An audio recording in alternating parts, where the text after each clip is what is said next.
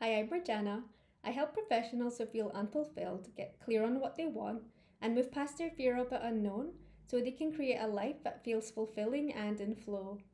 Today, I'm going to talk about my experience clearing out some old boxes and how it didn't turn out to be quite what I was expecting, and how sometimes things don't turn out the way we're imagining. So, earlier this month, I cleared out some old boxes I'd been hanging onto for years. They were boxes I knew I had to sort through eventually in the back of my mind, but it's something I've put off doing for a while because I knew it would take a while and because I thought that they didn't have anything I needed. I've moved around quite a lot over the years, and at some point, I stopped boxing things up and instead sorting through things and giving them away if I didn't need them. So, the idea of going through these older boxes from a time when my instinct was to keep things just in case made me feel a bit nervous. When I started sorting through the boxes, one of the boxes had a big pile of university notes in them from when I studied history, which I haven't needed or touched at all in years. I remember how when I boxed them away a couple of years after graduating, I couldn't bring myself to get rid of them yet, but I had no issue letting go of them now.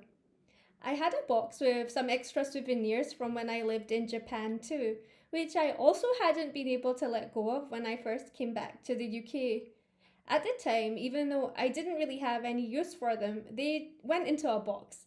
But when I looked at them now, they didn't carry the same sentimental charge for me anymore, and I was able to keep the things I wanted and give away the rest.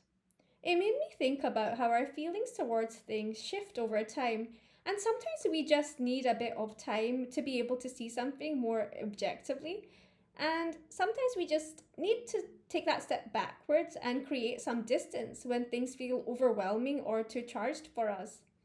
Can you think of a time having some distance or time from something shifted how it felt for you? I also found some gems in the boxes. Although I was convinced that those boxes didn't have anything I needed, as I went through them, some of them had hidden treasures and things I loved and was excited to rediscover.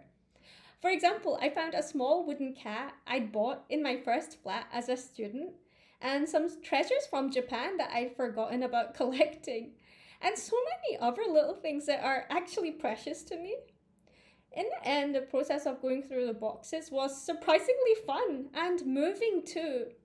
It was interesting to see the difference in how I felt about some of the objects, and exciting and surprising to unexpectedly find a bunch of things I did want to keep.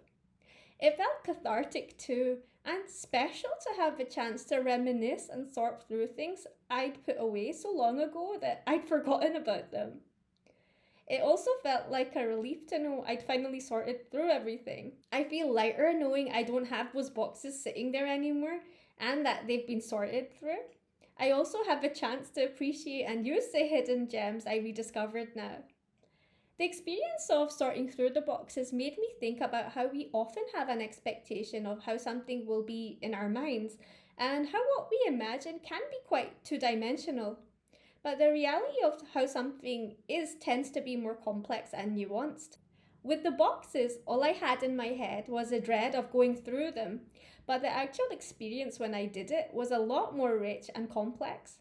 So I'm just going to leave you with a final thought. Is there something you've been putting off doing or sorting through that you'd like to finally tackle too? If so, maybe there are some surprises in store for you as well.